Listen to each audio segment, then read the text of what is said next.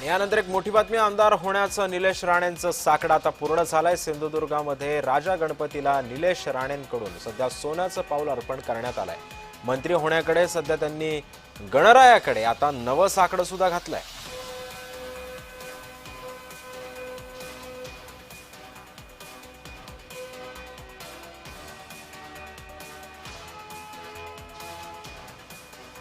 तेव्हा आपण पाहतोय सध्या निलेश राणेंचं साकडं जे आहे ते आता पूर्ण झालेलं आहे।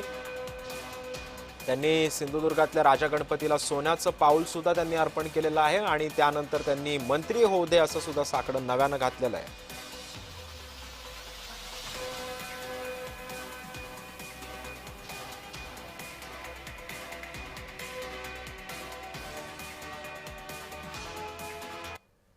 आमच्या सगळ्यांच्याच म्हणजे राणे कुटुंबाच्या मनोकामना गणरायांनी नेहमीच पूर्ण केल्या, आम्हाला आशीर्वाद दिले।